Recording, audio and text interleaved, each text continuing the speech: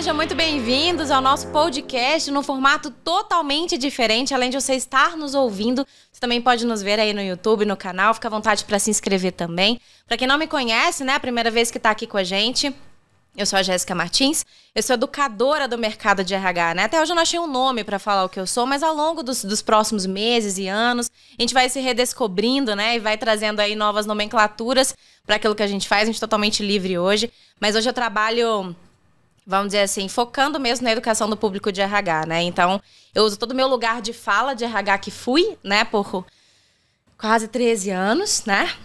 Nem parece, mas já tenho 32. Mas eu uso todo esse lugar de fala por ter sido RH para então conseguir mostrar para o RH um pouco desse universo do digital, do empreendedorismo, da inovação, para que a gente consiga, de fato, transformar as empresas através dessa atuação do RH muito mais estratégica, né? Então, essa edição especial, eu estou aqui com duas convidadas, sejam muito bem-vindas, obrigada pela participação de vocês. Vou pedir para vocês se apresentarem antes da gente começar o nosso papo aqui e eu contar um pouquinho do porquê que a gente está nesse formato especial. Ju, seja bem-vinda. Obrigada pelo convite, Jé. Bom, oi pessoal, eu sou a Ju Guzmão.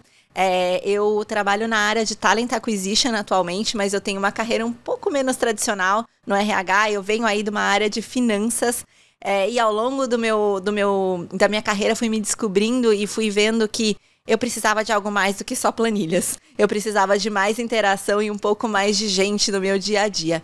E eu vejo que isso me ajudou muito também do ponto de vista de objetividade dentro da RH, né?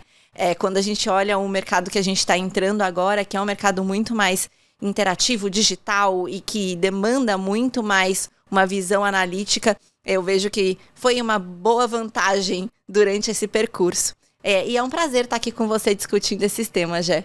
Boa, eu vejo muita gente atualmente, depois a gente pode até amarrar e falar um pouquinho mais sobre isso depois de ouvir a Cris, mas muita gente de outras áreas migrando para o RH agora. Eu tenho algumas hipóteses, né? E aí eu quero falar dessas hipóteses depois de ouvir a Cris e ouvir um pouquinho mais da Ju, mas eu acho que tem um pouquinho aí de relação com o lugar que a gente não tem conseguido ocupar, e é por isso que a gente está existindo aqui, educando esse mercado, para que a gente consiga preparar os RHs mais para esse universo, né? Mas conta um pouquinho da Nuvem Shop também, Ju, para a galera entender quem é a empresa que você trabalha. Legal, então eu tô na Nuvem Shop, que é uma plataforma de e-commerce, e a gente vem aí para realmente empoderar as pessoas para elas transcenderem, né? Levarem histórias que transcendem. A gente gosta de dizer que a gente está aqui para ajudar os pequenos e médios empreendedores a colocar os seus produtos numa vitrine para o mundo. E realmente, né, a gente viu durante a pandemia quão importante é ter empresas como a Nuvem Shop, que são plataformas que permitem uma transcendência física, né, dos produtos das pessoas. Porque a gente nunca tinha passado por um cenário em que não existia outra alternativa. E, de repente, essa alternativa abre as portas, porque mesmo quando as pessoas podem literalmente estar nas ruas de novo, elas ainda têm um outro canal, né? Então, você vê que vem realmente para ficar uma empresa que nasceu digital, realmente agora ganhou um boost muito grande nesse novo cenário, e a gente está se expandindo bastante ultimamente, aproveitando esse nosso DNA que já nasceu remoto. Já nasceu, então, ali na Argentina, veio para o Brasil, agora está no México e a gente está se expandindo. E vamos ajudar mais e mais pessoas a fazerem disso e abrirem possibilidades de ganho nos negócios, né? Muito bom, Ju. Cris, se apresenta pra gente. Conta um pouquinho de você, da sua história. Vamos lá. Primeiro, obrigada pelo convite, Jéssica. Deixa eu até virar aqui. Bom, eu sou a Cristina Leal, muito mais conhecida como Cris. Trabalho como CEO hoje da NW2, que é um estúdio de inovação em gestão de pessoas. Trabalho com RH há 15 anos, então, assim, também disfarça um pouquinho. Trabalhei sempre em empresas, então vim do mercado mais tradicional, como executiva de RH, e fui aí fazendo a transição para um mercado mais de empreendedorismo. Não é fácil empreender no Brasil, mas acho que eu queria muito conseguir impactar mais do que uma empresa ao mesmo tempo. E aí esse desejo de ter impacto em mais organizações e conseguir trazer esse RH mais estratégico, mais inovador, fez com que eu criasse a NW2. E estamos aí agora impactando aí várias organizações e aqui no Papo com você. Boa, muito bom. Antes da gente falar um pouquinho sobre esse tema que eu disse ali, quero puxar um pouquinho da trajetória da Ju, quero contar o porquê estamos aqui, né? Um pouquinho do porquê esse formato é diferente. A gente está lançando um curso focado em 10 tendências para o RH em 2022. A gente costurou isso aqui juntas, né? As meninas participam comigo também desse projeto, para que a gente possa levar aí um pouco mais de conhecimento para preparar o RH para tudo que vai acontecer nesse ano que é novo e ele é pós-pandemia, né? Então a gente tem desafios extremamente peculiares. E a ideia é a gente discutir um pouquinho sobre isso aqui e também sobre as questões do RH digital, né? Então eu trago também bastante coisa ali no curso sobre produtos de gente, esse conceito aí que eu tenho trazido na fala, na mudança do discurso ali do RH. Falo sobre transversalidade de alguns temas, cultura, dados e liderança, que é o tema que a Ju entra contando um pouquinho ali também da história dela com a Nuvem Shop. Então a ideia é a gente introduzir um pouquinho desse conteúdo, né? Trazer alguns spoilers, falar algumas coisinhas sobre isso, para você entender se faz sentido, né? Então trazer um pouquinho dos nossos insights, da nossa experiência aqui para você. Bom, vamos puxar um pouquinho, quero voltar aí nesse assunto, né? Da Ju ter vindo da área de finanças. Você veio da área de RH já, né, Cris, que você falou. E eu queria ouvir você... Mas não sou psicóloga, como a maioria das pessoas acham que tem que ser, né? Você formou em? Administração. Administração, boa. E tinha um mega preconceito com RH, acho que isso vale dizer. Caí no RH de paraquedas, me apaixonei e nunca saí. Por que você acha que isso acontece, hein? Porque eu acho que o RH... Primeiro que passa aquela imagem da área da festinha. Era o que eu tinha lá atrás, tá? Há muito tempo abraçava atrás. árvore. Abraçava eu já escutei muito abraçar árvore. Você não escutou isso não, Ju? Então, talvez por ser um pouco mais objetivo, acho que as pessoas nunca falaram isso pra mim, entendeu? Eu acho que eu quase abraçava a árvore numa época. Eu lembro que teve uma gestora minha que falou assim, Jéssica, no início do meu estágio de RH, você tem que entender que organização e a psicologia não é assistência social... Não é só olhar para o colaborador e ignorar a questão estratégica, a objetividade. Tem uma série de outras coisas acontecendo, além de você preencher esse desejo todo do colaborador de fazer e acontecer, né? Então, eu aprendi isso muito novinha. Mas eu escutei, cresci, né, na minha carreira, escutando muito sobre isso, sobre abraçar a árvore e outras coisas também. Daí eu não queria de jeito nenhum. Como no início da minha carreira eu trabalhei na Ambev, eu queria muito entrar naquela empresa gigante, que era um sonho. E quando eu cheguei lá no programa de estágio, disseram, você tem perfil de gente? Falei, sabe o que mais? Vou testar.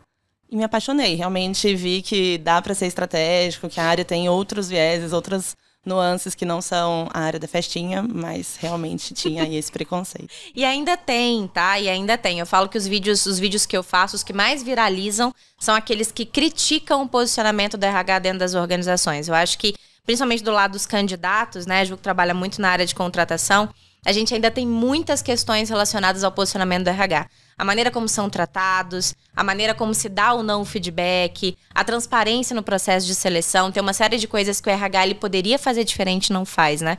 Mas eu acho que até eu tenho uma hipótese sobre o quanto nós temos sido convocados a ser protagonistas de transformação digital. Eu acho que ali em 2016, quando começou ali surgiu o boom das HR Techs, olharam e falaram assim, poxa, não é só sobre tecnologia, não é só sobre plataformas, é sobre as pessoas entenderem a importância disso e conseguirem, de fato, usar isso a seu favor.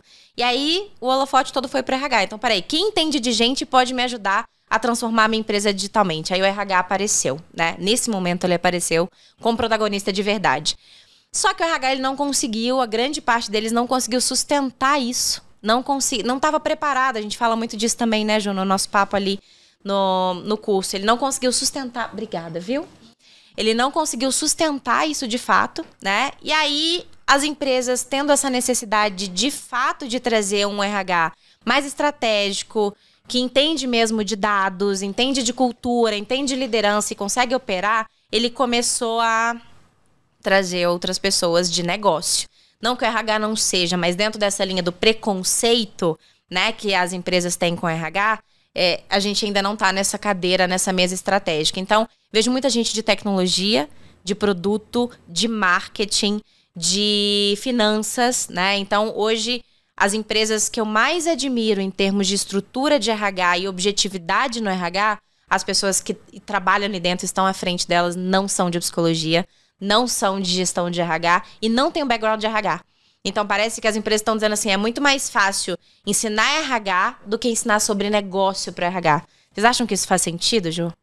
Olha, eu acho que a gente também vem de uma mentalidade fechada, né? Porque eu acho que você consegue ensinar um negócio para todo mundo. Sim. Eu acho que precisa ter uma predisposição. Então, quando eu vejo, realmente, hoje, eu não vejo o Abraça Árvore, mas eu acho que existe uma questão de colocar o RH numa caixa que é uma área de apoio, né? E não, né? Eu acho que a nossa obrigação dessas pessoas que estão nesta mesa, inclusive dessas que estão nos ouvindo, é mostrar que somos sim um RH parceiro do negócio. E o negócio, ele pode ser aprendido. Assim como qualquer outro tipo de habilidade que a gente se predisponha. Mas, Ju, por que isso não aconteceu até hoje? Porque a gente está nesse discurso de RH estratégico, entendendo do negócio, que dá para aprender. Mas por que o RH não se coloca nesse lugar? O que acontece? Talvez porque falte um pouquinho da gente enfrentar algumas coisas que acontecem dentro da organização. E aí pode soar um pouco disruptivo, mas a verdade é que os grandes momentos em que eu me vi protagonista de alguma coisa é porque eu comprei uma briga. E aqui briga entre aspas, né? No sentido de eu tinha argumentos sólidos o suficiente para provar um ponto e eu trouxe esse ponto de uma forma muito clara e objetiva. Então, você quer ver como o RH impacta no negócio? Deixa eu desdobrar suas métricas. Deixa eu desdobrar suas métricas e colocá-las dentro das minhas métricas. E eu acho que é aí que a gente falha então. Porque nós não somos bons como RH em argumentar. Em conseguir trazer consistência pro nosso argumento. E eu acho que vem muito do nosso cuidado com pessoas, sabia? Porque se por um lado a gente quer mostrar um ponto, quando alguém começa a ficar incomodado e se mostrar um pouco mais agressivo para com o RH, a gente tende a dar um passo para trás. Por um cuidado com aquela pessoa. E aí eu acho que tá o grande segredo, né? Que é algo muito mais suave do que algo que realmente é duro, né? De ser mostrado, mas até onde eu respeito, mas eu enfrento. Até onde eu acolho aquela pessoa que está discutindo comigo e até onde eu empurro um pouco mais para ser disruptivo. Eu acho que essa mentalidade, por isso que você fala das pessoas que vêm do negócio para o RH, porque são pessoas que, se você coloca no espectro, são vistas um pouco mais como agressivas, entre aspas. São pessoas que, sim, vão fazer as escolhas difíceis em certos momentos, quando ela acredita naquele objetivo e ela pode provar aquilo. Então, eu acho que quando psicólogos, que são as pessoas que estão mais próximas do RH, conseguirem enxergar que existe poder em enfrentar de forma respeitosa, e argumentar de uma forma muito bem fundamentada, a gente dá um passo além. Então, eu vejo, por exemplo, óbvio, eu venho de economia, minha formação é economia. Então, quando eu sento com alguém que é de uma formação de psicologia e mostro para essa pessoa, é assim que a gente vai construir um argumento, a pessoa fala, poxa, eu consigo argumentar de uma forma respeitosa, de uma forma não estressante, aí do ponto de vista de estresse organizacional mesmo, para mostrar que sim, vamos tentar, vamos arriscar. E óbvio, né? Existem empresas mais conservadoras em que o risco de se tomar algumas apostas é mais baixo. Então, nessas, a gente vai ter que provavelmente ir começando aos poucos, tentar uma briga aqui, uma briga ali, entre aspas. Em outras, que as pessoas já são um pouco mais predispostas. Por que a gente não aproveita os espaços que a gente tem, essa predisposição, seja com uma área, não precisa ser com a organização inteira, vamos começar com uma área. Se você tem uma liderança que você sente uma abertura, vamos implementar uma coisa nova nessa liderança, vamos fazer uma cultura de experimentação ali dentro, e muito menos formal e muito mais no teste. Quando você tiver dados o suficiente para provar que esse teste funcionou, você transforma em algo muito mais organizado, e aí você consegue provar para a organização como um todo. Eu acho que é uma mudança de mentalidade mesmo por parte do RH com esse protagonismo do não é porque te colocaram numa caixa que você tem que ficar nessa caixa. Perfeito. Essa caixa, ela tem o poder de se abrir e empurrar um negócio, assim como todas as outras áreas. A área de marketing, a área de vendas. Quem somos nós? Por exemplo, eu que trabalho com aquisição de talentos, se não vendas. Eu sou vendas pura. O meu negócio é vender aquilo que eu tenho de melhor e trazer as pessoas corretas para dentro da companhia. Então, eu acho que o meu lugar também é o marketing. O meu lugar também são todas as outras cadeiras relacionamento com o cliente, customer success, né? Exato. Todas essas áreas são a área de RH. A gente só precisa se enxergar nessa cadeira, sabe? Então, eu vejo já que realmente é esse movimento do RH se enxergar mais protagonista. E não tem jeito, é dolorido sair da caixa que a gente tá. Não é fácil, a gente vai gerar um pouco de estresse. A diferença é saber medir isso e saber que isso é por um lado positivo, é um lado de a gente só quer gerar mais valor. E saber onde você vai comprar essa briga também, né, Ju? Tem empresa que não tá preparada para poder suportar toda essa disruptura, né? Disruptura. E aí vem muito essa questão de, e se a gente tentar em alguma área, né? E se eu tentar dentro de uma área um líder? E aí a gente vai testando. Teste, né? A gente vai testando. Eu acho que a gente pode começar por aí mesmo, sabe? Boa. Eu acho que a gente vai chegar no grande, mas a gente precisa dar passos pequenos para chegar lá. Nossa, boa, Jô. Eu gostei muito da reflexão que a Ju trouxe, porque eu confesso que eu nunca tinha pensado por esse lado, tá? Que por a gente ter tanto cuidado com as pessoas, a gente acaba se retraindo. E a minha percepção sempre foi, o RH se acomoda, não é possível, o que acontece, né? Que foi colocado naquela caixinha e se acomodou ali. E eu gostei dessa sua reflexão de que a gente, de fato, talvez por se preocupar tanto com as pessoas, dá esse espaço para trás. Porque quando você vê que traz, sei lá, um executivo de tecnologia para tocar o RH, um executivo de marketing para tocar o RH, ele monta um time cheio de pessoas experientes em RH para tocar junto com ele. Exato. Precisa de conhecimento de RH. A parte técnica, né? Então, assim, o nosso conhecimento de RH, ele tem muita relevância para aquilo. Tem valor.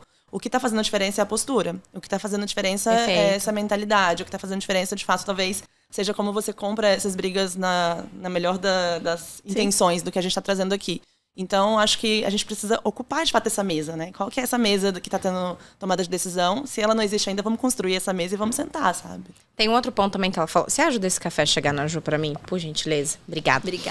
Tem um outro ponto que a Ju falou, eu queria te ouvir, Cris. Ela tocou na palavra humanização. Eu acho que uma das hipóteses para não ocuparmos esse lugar é talvez a gente confundir a questão da humanização com não ter tecnologia, não ter dados e não ter objetividade nesse lugar, né? Eu costumo dar um exemplo clássico que as pessoas sempre me perguntam, Jéssica, mas será que a tecnologia no processo seletivo ela não vai tornar injusta essa relação com esses candidatos? Porque vai avaliar ele previamente antes de você ter tido uma conversa, antes de você avaliar qualitativamente. E eu sempre devolvo a pergunta, eu falo, vamos lá. Então, você acha que continuar pedindo currículos para uma vaga e mandar por e-mail, 500 pessoas vão te mandar um currículo e você com certeza não vai abrir todos, né? E com certeza você não vai avaliá-lo sob o mesmo parâmetro, porque cada currículo tem um jeito de ser entregue. Você acha que isso é justo, então? Isso é humano? Você escolher, por exemplo, por ordem de chegada ou pelos últimos que chegaram na sua caixa de e-mail para abrir esse currículo, do que uma plataforma tentar te ajudar com isso, né? Sem contar que plataformas, tecnologias, elas reproduzem o que você diz ela para fazer, né? Então, ou seja, se a tecnologia não está te ajudando, é porque você não está dando conta, né, de dizer a ela quais são as entregas que ela precisa te fazer. Ou não escolheu a tecnologia certa porque ou você não precisa, escolheu. Né? Às vezes a gente vai muito ali na moda, né, tenta escolher um negócio muito robusto e tudo mais. A gente vai falar disso já já. A Ju trouxe um insight legal sobre isso. Mas aí você acaba se frustrando com a tecnologia, não usa ela e não usa mais nenhuma outra, né? Mas você acha que essa confusão com a palavra humanização, ela pode também estar fazendo com que a nossa visão fique mais embaçada? Talvez. Eu acho que tem um ponto importante disso que você trouxe, é porque a tecnologia não pode ser fim, ela é meio. Né? Eu acho que ela é meio para que a gente chegue nessa humanização, ela é meio para que a gente consiga alcançar mais resultados, ela é meio para que a gente faça mais coisas. Então, que eu acho que, de fato, ela ajuda a gente a ser mais humana. Como você deu o exemplo aqui do recrutamento. Enquanto eu estava lá fazendo triagem de currículo, lendo currículo por currículo, e muitas vezes não dando feedback para ninguém, porque é o que a gente mais escuta. Você mal consegue abrir todos os currículos, que dirá dar feedback para todos eles. É, o que a gente mais escuta é as pessoas reclamando. Eu nunca recebi um feedback daquela empresa, nunca recebi um feedback. Isso não é ser humano, né? Então, agora com a tecnologia sobra um pouco mais de tempo. E com esse tempo a gente consegue, sim, dedicar eles de uma forma muito mais qualitativa. Então, a gente tem um tempo de mais qualidade para ser mais humano. Então, acho que a tecnologia ajuda desde que você escolha a tecnologia correta. Desde que você saiba implantar a tecnologia correta. Porque senão aí é o inverso. Você vai ficar tentando remendar aquela tecnologia, tentando se adaptar à tecnologia que você escolheu, se adaptar à tecnologia da modinha, e não é ela que veio para resolver o seu problema. Você que está inventando um problema para a tecnologia que você comprou. Então, acho que esse é o primeiro ponto importante, assim, que a tecnologia ela ajuda muito. E eu acho que como a gente não está muito acostumada a lidar com a tecnologia, eu acho que falta um pouco desse letramento digital assim, no nosso dia a dia, a gente tá meio com essa nebulosidade mesmo, assim. O que eu faço? Será que eu faço isso com esse sistema? Tô tão preocupada com o sistema que eu esqueci de ver que tá me sobrando tempo para eu ser mais humana, que tá sobrando tempo para eu olhar as pessoas de fato, Perfeito. que tá sobrando tempo para eu fazer o meu trabalho mais um a um mesmo. Então eu acho que é um pouco disso aí, a gente precisa entender um pouco mais a tecnologia, entender o problema real, porque eu canso de ver assim, vou adquirir uma ferramenta de inteligência artificial. Legal, você precisa disso? Não, mas tá todo mundo Você acredita? querendo. Deixa eu abrir uma aspas. Outro dia, eu tava dando uma mentoria coletiva, a menina falou assim, Jéssica, eu preciso muito da sua ajuda. A gente tá no final do semestre e a empresa trouxe pra gente como meta do RH implementar a inteligência artificial nos processos seletivos. Aí eu fiquei um tempo sem entender. Me explica melhor, como que é isso, assim? Ela, não, trazer alguma coisa de inteligência artificial ao processo seletivo. E era assim,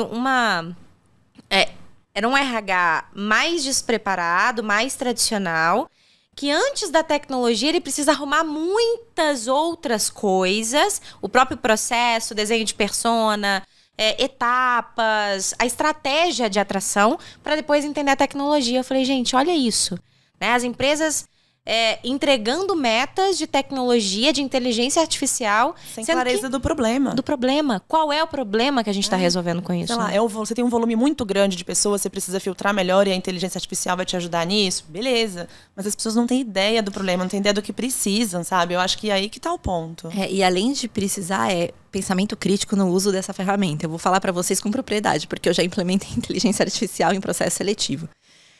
E se ele não for muito bem tratado e se não for acompanhado muito de perto, ele reforça os vieses que você está instituindo na sua organização. Falei muito disso em diversidade e inclusão no ano passado. Então, assim, eu acho legal, mas lembrem que é uma tecnologia que foi feita para o negócio com certos usos e adaptados ao RH. E isso não é viável em muitas situações. Por isso que realmente, por que estamos fazendo isso? Essa pergunta é tão vital. Porque se for um volume grande de currículo, será que um teste não funciona melhor? Porque o teste, ele vai olhar algumas habilidades do seu candidato específicas e te dar um ranking melhor do que uma leitura pura e simples de um CV que vai classificar coisas como tipo de faculdade que ele fez, anos de experiência que ele teve, sem pensar por onde foi que essa experiência foi passada, o tipo de organização que ele esteve. Então, acaba gerando alguns vieses e reforçando alguns vieses que já existem na organização, que se não são acompanhados muito de perto, acaba virando uma bomba relógio ao longo do tempo.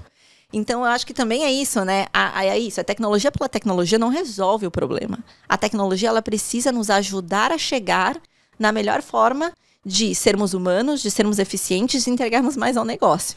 Mas não necessariamente a qualquer custo. Porque implementar uma inteligência artificial, você não está dando objetivo nenhum para aquele RH. Você está dando um problema no fim do dia. Um problema, perfeito. Uma coisa que eu escuto muito, né? Eu sou uma empresa de estúdio de inovação. Então eu canso de ouvir RHs me ligando, falando assim, Cris, estou ficando para trás. Me ajuda, estou ficando para trás. E a primeira coisa que as pessoas esperam que eu responda é uma tecnologia de investimento. Então, investe na tecnologia A, investe na tecnologia B. E a última coisa que eu falo, então tá bom, vamos conversar com as pessoas, vamos conversar com os executivos, vamos entender de fato os problemas reais que você tem aqui dentro. E com base nesses problemas, a gente vai priorizar de uma maneira mais adequada e vai conseguir entregar valor. Mas as pessoas tendem a ligar pra gente falando, qual é a tecnologia que eu preciso usar? O que eu preciso implementar? É loucura isso. Eu tenho um exemplo que eu gosto muito. Eu entrevistei uma empresa no ano passado, se eu não me engano, para um evento, uma profissional da área de departamento pessoal. E ela foi contar pra gente como que ela se tornou mais humana e mais digital antes de ter dinheiro para trazer a tecnologia. E ela falou assim, Jéssica, um problema que a gente tinha lá é que o RH estava muito mais preparado para aquela experiência wow.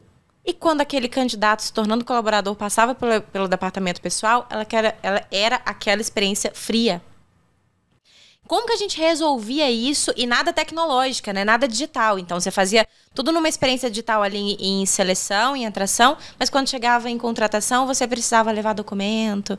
Era aquela coisa assim que você não tinha informações sobre os benefícios direito e tudo mais. O que eles fizeram? Eles remodelaram toda a linguagem de tratativa do departamento pessoal com esse novo colaborador. Então, a maneira como era o primeiro e-mail, eles mudaram. A maneira como se disponibilizava as informações dos benefícios, eles traduziram toda a cartilha de benefícios, aquela coisa contratual, em coisas ilustrativas para se entender exatamente como Olha que você exemplo usa. incrível. Cadê a tecnologia nisso? É isso. Tá o entendimento do problema. Já falei uma coisa, né? É o entendimento do problema e entender o que você tem ali no seu cardápio para poder solucionar isso, né? É exatamente isso. Acho que esse exemplo tangibiliza o que a gente falou, porque não é sair correndo, não é uma corrida pela tecnologia, não é uma corrida para criar a solução mais instagramável. É fazer, de fato, algo que resolva o problema das pessoas que estão ali. Sobre essa questão do problema, tem uma analogia que eu tenho feito, que eu gosto muito de contar ela, que é o seguinte: a gente não pode ser garçom em restaurante. RH não pode ser garçom em restaurante. Por quê? O que o garçom faz quando você chega ao restaurante? Você chega, senta, te entrega o cardápio, você escolhe com base no que tem, ele vai lá e tira o seu pedido. O RH tradicional é assim. O gestor chega pra ele, ou a gestora chega e fala assim... levantamento de necessidade de treinamento, né? Eu quero um treinamento tal. Aí vai lá e faz. Eu quero uma pessoa tal. Você vai lá e contrata. Só que não. Eu costumo dizer que o cardápio ele tem que ficar debaixo do nosso braço. A gente vai pra mesa, senta com esse cliente, entende qual é o problema dele. Aí a gente pega o nosso cardápio e olha... Bom, então com base no seu problema, eu vou resolver contratando uma nova pessoa mais sênior. Vou resolver trazendo para você uma mentoria para o seu time. Eu vou trazer, fazendo um levantamento de remuneração para entender se a remuneração do seu time está compatível com o mercado. A gente vai fazer uma pesquisa de pulso, ou seja, você entendendo dos seus produtos de RH, entendendo do problema do seu cliente, você vai conseguir entregar para ele aquilo que faz mais sentido. Não deixar ele escolher aleatoriamente com base naquilo que ele acha que precisa. Eu falo muito nos treinamentos que eu dou um exemplo que eu gosto muito. Vocês devem já ter ouvido essa frase que é icônica do Ford, que ele fala que se tivesse perguntado para os clientes o que eles queriam, eles teriam dito cavalos mais rápidos. Né? Então essa frase ela é clássica. E o que eu falo o problema não é perguntar para as pessoas e ouvir o cavalo mais rápido. O problema é entender que por trás do cavalo mais rápido eu preciso chegar mais rápido do ponto A ao ponto B. Perfeito. Porque as pessoas só vão pedir o que elas conhecem. Então, elas vão pedir o cardápio que elas conhecem, elas vão pedir, talvez, os processos que elas já viram acontecer. O que a gente mais escuta no RH, eu preciso de treinamento. Porque na cabeça daquelas pessoas é o que existe de potencial solução. Então, o que a gente precisa entender é, por trás daquele pedido, qual que é a necessidade real? No caso dos cavalos mais rápidos, né, era chegar mais rápido do ponto A ao ponto B. O que a pessoa quer quando ela te pede um treinamento? Ela precisa de um time mais preparado para fazer o quê? O time está tendo que tipo de problema no dia a dia? E aí é como você falou, entendendo esse problema, a gente usa o nosso conhecimento de gestão mesmo de pessoas e entrega soluções muito mais assertivas. E expandindo ainda a visão do cardápio, com quais ingredientes são feitos os pratos do cardápio? Do marketing é uma coisa, de vendas é outra, de produto é outra. E mais do que isso, né? Às vezes você vai precisar costurar produtos. Perfeito. Não existe um produto numa caixinha fechada, como a gente estava falando antes, para todos os problemas. Ainda mais no mundo que a gente vive, que está sendo digitalizado, em que a gente não está mais presente. Quer dizer, os problemas estão se tornando mais complexos, então provavelmente o que a gente tem no nosso cardápio não vai atender, né? E aí a visão de sentar e falar assim, qual é o problema?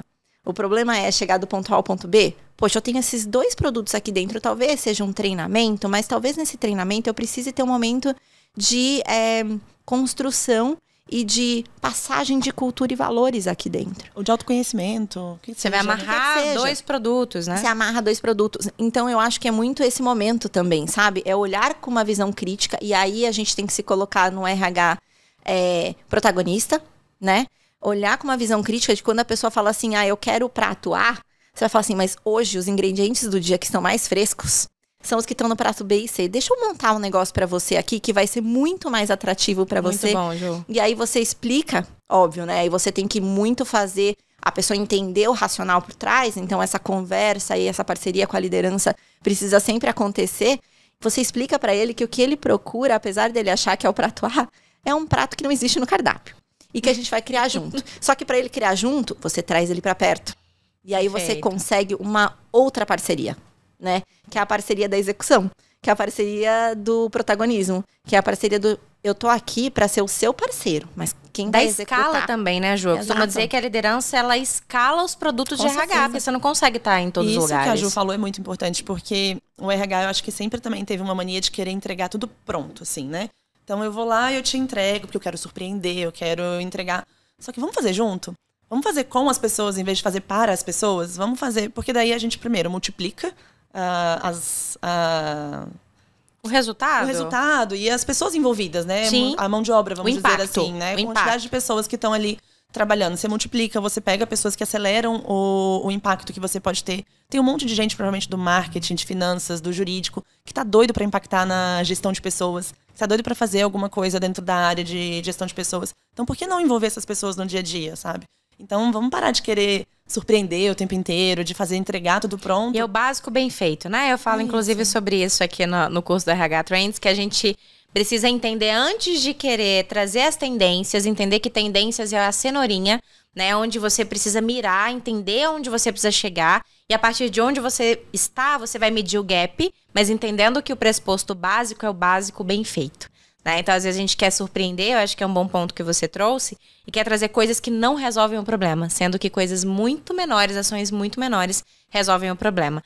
Tem um outro ponto também que Ju trouxe, né? Então, acho que a primeira tendência aí na nossa perspectiva, né, que Ju trouxe também, é a gente começar a entender um pouco melhor a usabilidade das plataformas. Né? Então, quais são elas? Né? O que eu vou fazer com elas? Quais problemas elas estão resolvendo? E um outro ponto que você trouxe também, Ju, é a questão da integração dessas plataformas, né? Quer contar pra gente um pouquinho como é na nuvem?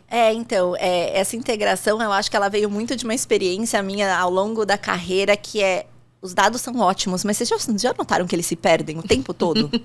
Porque assim, eu coleto um monte de informação no processo seletivo daquele candidato. E aí, quando ele vira um colaborador, eu não uso esses dados. Gente, como assim? Eu não tô aprendendo com esse processo, não é? Se eu não me retroalimento, não pego essas informações... É retrabalho, porque em algum momento você vai querer medir a performance, ou a habilidade, ou exato. qualquer coisa daquela pessoa. E assim, foi um tempo... Se eu olho dessa forma bem crua, é um tempo perdido coletar esses dados se eu não uso eles pra nada, não é? Então, a partir do momento que eu passei a ter essa visão mais crítica, eu falei, poxa, espera. Essa pessoa que ali no início se inscreveu em uma vaga... ou a gente ativamente foi atrás, ela vai passar a ser um colaborador e eu posso aprender se tudo que eu vi no processo seletivo vai se consolidar aqui dentro. Então, a partir do momento que eu tenho uma plataforma, e no começo não era plataforma, tá, Gé? No começo era no Excel mesmo. Mas tá tudo bem, se resolvia o problema. Resolvia o problema, ótimo. E aí, na escalabilidade, a Ótimas gente teve que escalar, e aí, para escalar, a gente colocou um sistema parrudo. Ou seja, era um outro problema. Era um outro problema. Mas, eu vou falar pra vocês, esse processo todo levou mais ou menos, aí na minha carreira e na minha experiência anterior, uns 18 meses pra acontecer. Então, assim, não foi rápido sair da planilha e chegar na integração. E aí, a gente coloca um sistema que ele, a partir do momento em que você aceita a oferta, você passa para um sistema interno da companhia. Pode ser até os mais tradicionais. Hoje as integrações estão muito mais flexíveis. Ainda bem, né? Graças ao mundo digital. A gente tem as APIs que nos permitem fazer essas coletas de informação e passar para um outro sistema interno. E eu acompanho essa pessoa ao longo do tempo dentro da companhia.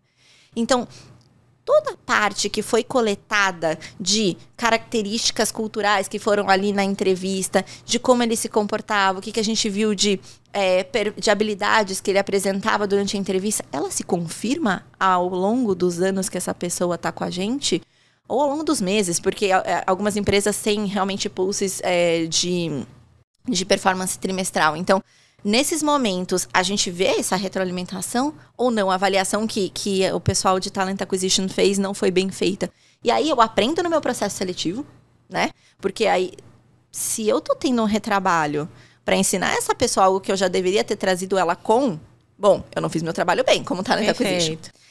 Um outro ponto, eu tô tendo que treinar essas pessoas para coisas básicas da nossa cultura. Poxa, não é mais fácil eu trazer alguém preparado ou não? A gente vai apostar. Então, traz essas reflexões também, né? E aí, a partir disso, eu consigo ver a evolução da pessoa como indivíduo, né? Não como a pessoa que se inscreveu num processo seletivo que teve 4 mil inscritos. É aquela pessoa que foi escolhida pela gente. E olha aí, desculpa te interromper, a humanização de novo com a tecnologia, né? É isso, mas assim, você tem que parar para olhar o que está ali dentro daquele funil. E aí, quando essas pessoas vêm, né, fazer parte da organização, a métrica que eu estou usando na minha avaliação de desempenho está embebida na minha cultura?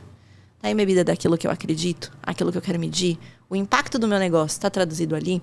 E aí você consegue enxergar desde a ponta da inscrição desse candidato até o ciclo dele como colaborador, toda a vida dele através dos dados. E esses dados passam os dados bem coletados, né? Os dados bem coletados, que foi um outro ponto que a gente estava falando no curso, né? Exato. Porque eu acho que é uma coisa que todo mundo fala, vamos fazer, vamos medir. Gente, a gente só mede se a gente tem uma informação muito parruda. Então, os pontos de contato, eles precisam ser muito bem metrificados. E aí, ter vindo de finanças também me ajuda em relação a isso, né? Até mesmo porque eu passei parte da minha carreira em pesquisa de mercado, então a estatística é muito presente na minha vida. E a estatística aceita tudo, mas uma estatística bem feita te ajuda a provar fatos muito bons. Então, quando você olha desse ponto de vista, do tipo, que dado eu estou gerando nessa interação? Né? Como é que ele vai ser traduzido ali na frente? E como eu posso, na primeira avaliação de performance dessa pessoa, puxar isso, te dá uma vantagem competitiva em relação às outras organizações que têm a plataforma por ter a plataforma. Se eu falar pra vocês, todo mundo tem a plataforma que eu tenho, entendeu? Tipo, não faz diferença nenhuma. Eu acho que a diferença é a integração que a gente fez entre as coisas, a integração que a gente mantém e a conversa entre as áreas do RH, porque isso é um outro ponto, né? Você tem as caixinhas do RH e às vezes elas não se conversam. O HRBP não conversa com Talent Acquisition. E aí, o que adianta? Nada, porque... É por isso que eu falo que cultura é a linha transversal, porque ela é um ponto de conexão entre todas as áreas do RH, né? Você vai nivelando ali a maneira como você entrega a partir da cultura, né? Exato, mas aí quando a cultura tá de responsabilidade para com esta pessoa que entrou, né? Que é uma coisa básica, você tem que o seu HRBP volta para o Talent Acquisition para falar, puxa, a gente trouxe umas 3 ou 4 pessoas seguidas que não estão se encaixando nessa questão cultural. Como a gente conserta isso no processo seletivo? E pá!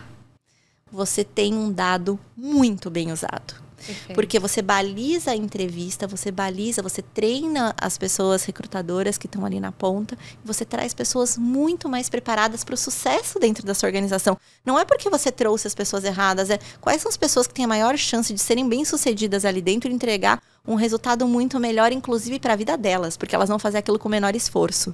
Eu acredito muito na força dos pontos positivos das pessoas. Então, em vez de a gente ficar tentando consertar o tempo todo, e se a gente trouxesse pessoas que já estão mais afinadas para o processo que a gente tem aqui dentro? E não estou falando que a gente não tem que treinar as pessoas, estou falando que tem algumas pessoas que elas vão naturalmente navegar melhor. E aí, se a gente aprende isso com o Google fala isso no... Acho que é um jeito... Como é que chama o livro do Google? Um jeito... É do Laszlo, né? Um novo jeito de trabalhar, alguma coisa assim. Mas é do Google, enfim, ele fala. A gente investe mais tempo recrutando direito do que treinando as pessoas. Sim. Quanto melhor você faz o processo de seleção, menos você vai investir em desenvolvimento. Olha que loucura. É isso. Mas imagina se você traz os dados do processo de seleção para o seu primeiro one-on-one com essa pessoa. Já monta a jornada dela ali, 60, né? Imagina, você tem um touchpoint de 90 dias, né? Que aqui na legislação você tem os 90 dias para decidir. E você tem um touchpoint de 90 dias com essa pessoa para falar como é que ela exerceu o seu papel nesses 90 dias. E você consegue falar para ela, olha, no processo seletivo a gente te avaliou dessa forma. O que a gente viu aqui dentro nesses primeiros 90 dias foi isso, isso e isso. Como você vê? E deixa ela fazer essa reflexão. Perfeito. Entende? Olha que incrível, tudo isso que a Ju falou. Ela disse que a plataforma que ela usa é a mesma que boa parte das pessoas dos RHs e do Brasil usa. Eu participei de um evento de HR Techs, tem uns 2 anos antes da pandemia, e a média de plataformas por empresa, que eles tinham feito a pesquisa, era de 11 plataformas por empresa. E a tendência era aumentar, porque o que a gente está vendo, né, com as startups? Elas estão sendo cada vez mais nichadas. Sim. Então tem aparecido uma muito boa em reconhecimento, uma muito boa em atração, uma muito boa. E aí, com isso, a tendência é aumentar. E o grande desafio é conectar os dados. Então, quando a gente pega a melhor plataforma de cada coisa e usa a inteligência que a gente tem dentro de casa, que foi o que a Ju usou, para conectar esses dados e ver o que faz sentido aqui para mim. Faz sentido usar isso nos meus touchpoints, faz sentido eu medir o aculturamento, para ver o desenvolvimento, para ver a retroalimentação disso. Então, é usar a inteligência que a gente tem como gestão de pessoas, a inteligência que a gente tem dentro de casa, para conectar com as tecnologias disponíveis, porque a tendência é que a gente tenha mais plataformas ainda, então, a gente, como RH, precisa se colocar nesse lugar de raciocínio lógico, quase, né? Pra gente conseguir conectar todas as tecnologias disponíveis.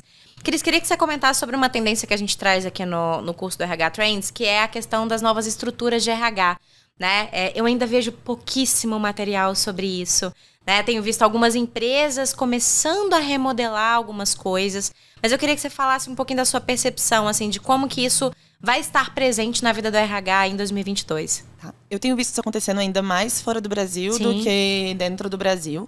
Mas a gente já começa a ver algumas estruturas mais fluidas dentro do RH. Então, tentar quebrar um pouquinho esses silos que a gente está falando, né?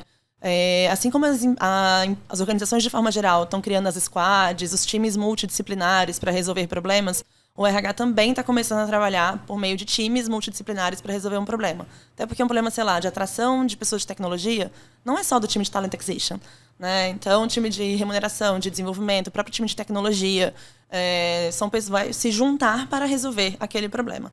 Então, essa é uma das coisas que a gente tem visto muito. Então, células, vamos dizer assim, squad, células, pode dar o nome bonito que quiser.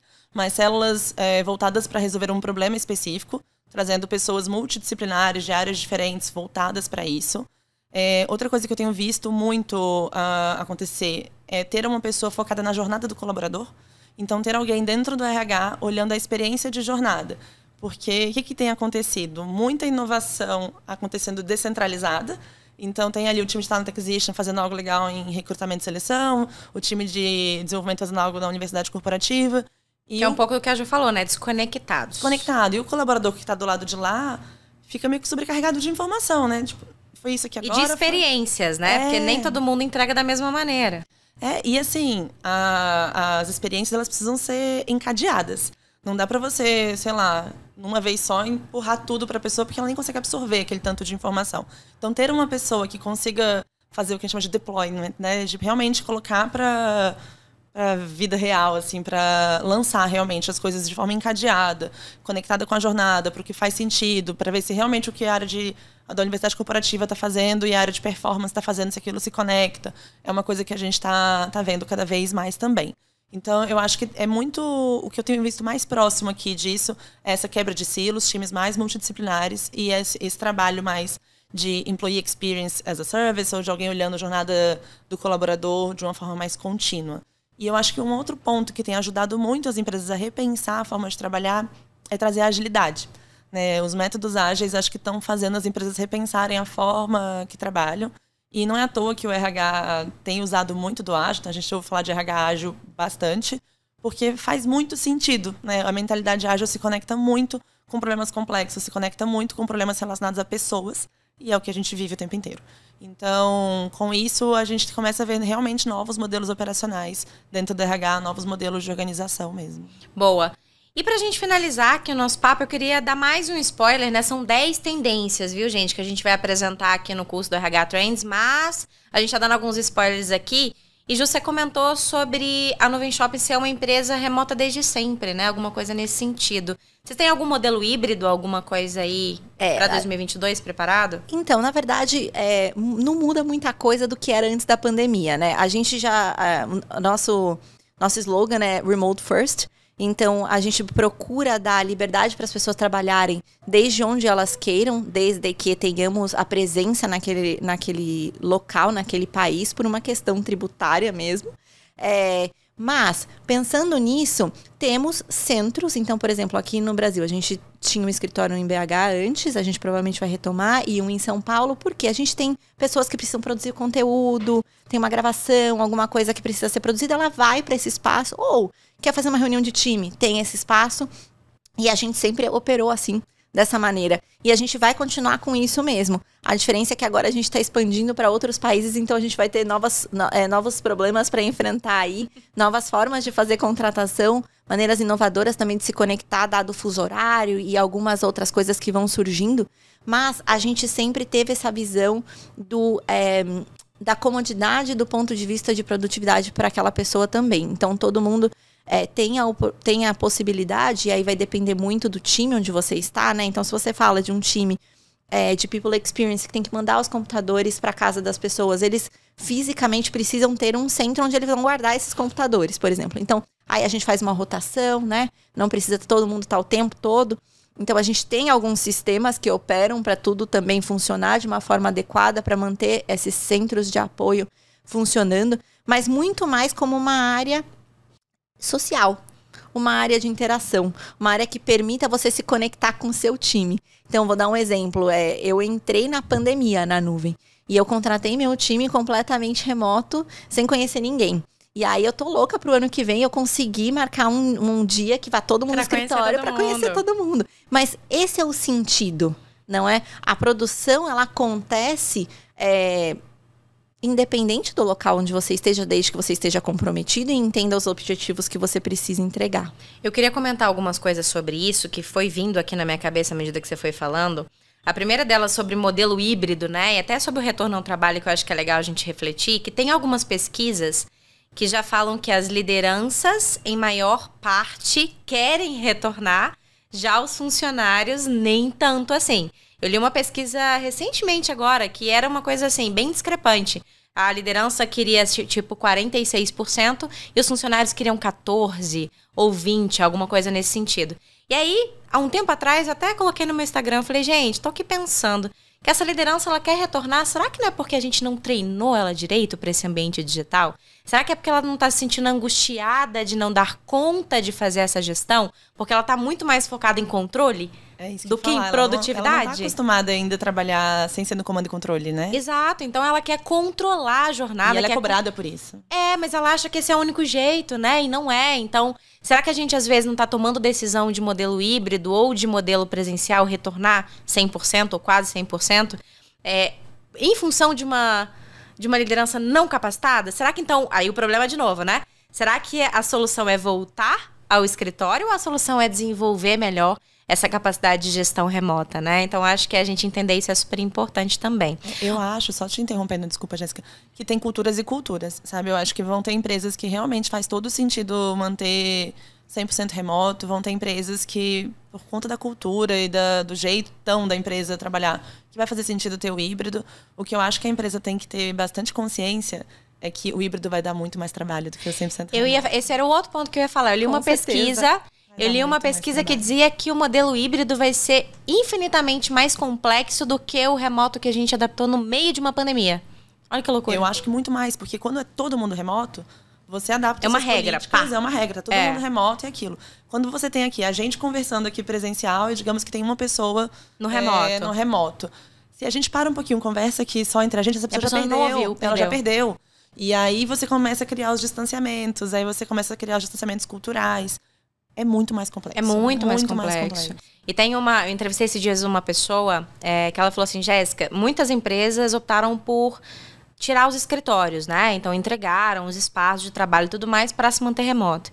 Aqui a gente não vai entregar, ela falou comigo, a gente não vai entregar o escritório e a gente vai fazer dele um lugar onde as pessoas queiram ir. Porque existem pesquisas que dizem que grande parte das pessoas não querem retornar porque se adaptaram ao modelo do home office, né, e das atividades, remodelou toda a família, quem leva quem na escola, qual horário, e para voltar para o trabalho, né, isso seria muito mais difícil. Ela falou, bom, então a gente fez o escritório um momento onde as pessoas queiram falar assim, poxa, eu quero ir no escritório hoje.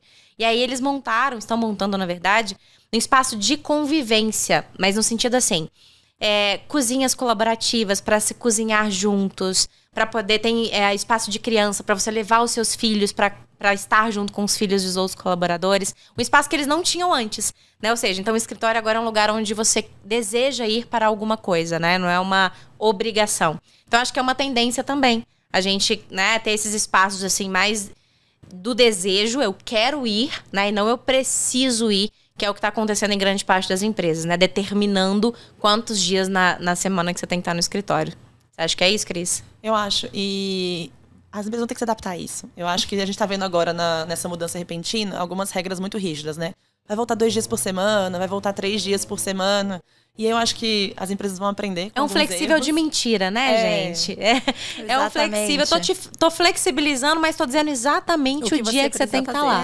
E aí eu acho que vai ter confusão, porque muitas entregaram metade do escritório, então não vai caber todo mundo, então vai ter que ter toda aquela... Vai ter que ter alguém combinando coordenando que dia vai cada isso, pessoa. né? Imagina que inferno que vai ser isso. Então eu acho que elas vão aprender com alguns erros. E aí depois desses aprendizados, eu acho que a tendência é usar o escritório de uma forma diferente. Usar, ou realmente aceitar que você quer presencial, e aí beleza, volta com o seu escritório. Ou ir para uma linha de que o escritório vai ser usado para momentos de colaboração, momentos de convivência, momentos de time. E decidir permanecer no escritório envolve uma outra cultura e outras habilidades, impacta em contratação, porque as pessoas hoje em dia já não querem mais voltar. Não querem. Então elas estão ali com 2, 3, 4 ofertas de trabalho e somente o seu é presencial, você não vai ser escolhido. Então isso impacta lá em atração. Com certeza. E aí, quando você vem para o mundo digital, o mundo da tecnologia, em que você precisa de engenheiros de dados, cujo mercado é super escasso, será que 3 vezes mais desafiador. Será que essa é uma briga que você quer comprar? Sim, Espero que não. Né? Espero que não. Então, como organização, a gente vai ter que começar a pensar nisso mesmo, né? Então, quais são os impactos que cada escolha dessa está trazendo? Realmente, a complexidade de um modelo híbrido é infinitamente superior. É infinitamente superior. Fora a perda do relacionamento humano, se você tem uma parte do time que vem, uma parte do time que tá fora. O relacionamento entre as pessoas, por mais que a gente tente, por mais que sejam pessoas abertas, não é o mesmo pela natureza humana. E eu vi que isso vai impactar, inclusive, nas questões de reconhecimento. Vocês viram isso? Que as pessoas que optam por ir mais ao escritório serão mais vistas do que aquelas que trabalham remotamente. Por uma incapacidade da liderança de conseguir perceber a produtividade nos 2 ambientes. Olha que loucura. E aí, será é um que a risco gente... real esse. Real. Porque é do ser humano, gente. Você tá vendo mais aquilo. E aí, será que a gente está preparado para medir a performance e a entrega dessas pessoas sem esse viés? Né? Sem esse viés? Acho que não. Acho que a resposta é não. De cara. Né? Meu palpite é que não. Também. Então, como que a gente vai conseguir fazer esse ambiente ser um ambiente realmente produtivo, né? Acho que a gente não tem respostas, né? Acho que, como bem Cris disse aí, a gente vai testar muito, vai errar muito, né? Mas eu acho que a gente, como RH, quanto mais preparado nós estivermos, mais a gente vai conseguir antecipar, que é um pouco do que a gente falou também, né, Ju, no nosso conteúdo aqui do curso. Mas a gente vai conseguir se antecipar, né, para conseguir resolver isso antes desse problema se apresentar. Né? Então, acho que essa preparação, esse entendimento, benchmarking, né? Eu acho que o valor de ouvir outras histórias, alguém que já passou por aquilo que você passou, que já errou antes de você, né? Não quer dizer que você vai ter a mesma trajetória, mas isso vai te ensinar de alguma maneira, vai te inspirar de alguma forma. Conseguir aprender com as outras histórias e não copiar as outras histórias. Exato. Né? Porque o benchmark não é para fazer exatamente. Porque o que dá certo na nuvem não necessariamente vai dar certo na NW2. E é por isso mas que... tá tudo bem. É legal aprender com o que deu certo lá e adaptar para o que poderia dar certo aqui, sabe? Exato. E é por isso que eu sempre falo, assim, todos os conteúdos que eu vou fazer, eu falo, gente, vamos primeiro de tudo entender a diferença entre práticas inspiradoras e melhores práticas. Melhores práticas é melhor para quem, né? Um pouco do que a Cris trouxe, dentro do contexto da nuvem. E não é só contexto de segmento. Qual que é o business da nuvem? É o business, é a cultura, é a liderança, é o time de RH. É uma série de coisas que são muito peculiares. E aí, quando você fala de práticas inspiradoras, a gente está falando de juntar pedacinhos, né? Para nos inspirar, para a gente construir a nossa própria história. Então, isso é bem importante também.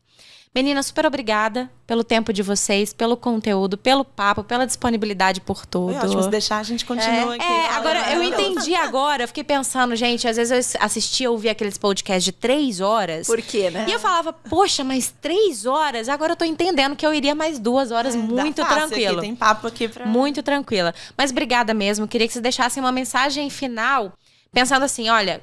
O que eu posso passar de mensagem pro RH para 2022, né? E deixasse também o contato de vocês, o LinkedIn, para quem quiser continuar esse papo. Cris. Boa. Bom, eu acho que o recado que eu tenho é não tenha medo de errar. Porque a gente está num contexto super incerto e vai ter erro. Né? A única certeza que a gente tem é que a gente vai errar. Estejam abertos ao erro, abertos ao aprendizado e se conectem com os problemas reais. Então, acho que esse é o recado que eu dou pro pessoal, porque... vai dar muito problema por aí. Vai.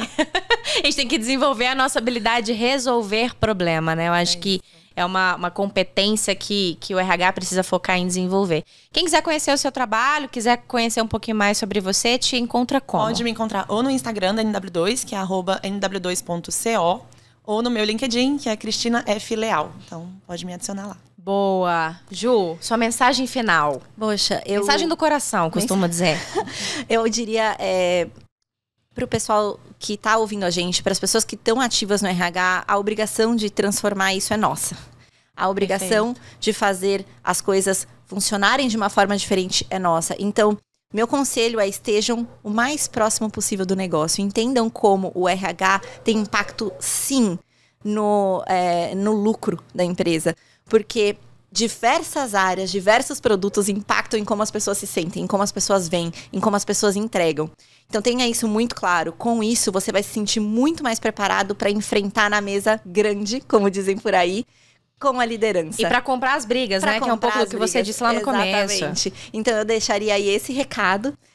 E eu adoro discutir esse tema, então se quiserem também me procurar no LinkedIn, é Juliana Guzmão. Eu vou adorar bater um papo sobre isso também com vocês. Boa, Ju, obrigada novamente pela sua participação. Cris, obrigada também. Pessoal, muito obrigada, né, por estarem conosco aqui até o final desse episódio, até o final desse vídeo. Estou super feliz de trazer esse novo formato para vocês. Espero que no ano que vem a gente continue com esse formato, que foi muito gostoso. Adorei bater o papo aqui com vocês. E a gente vai deixar aqui no link, né? Na verdade, o link na descrição desse vídeo. Se você quiser conhecer um pouco mais sobre as outras tendências, né? São 10 tendências. E a gente prepara você, RH, para o mercado digital a partir dessas tendências. Vou deixar o link aqui se você quiser conhecer um pouquinho mais. Super beijo, beijo meninas e até a próxima. Obrigada. Obrigada.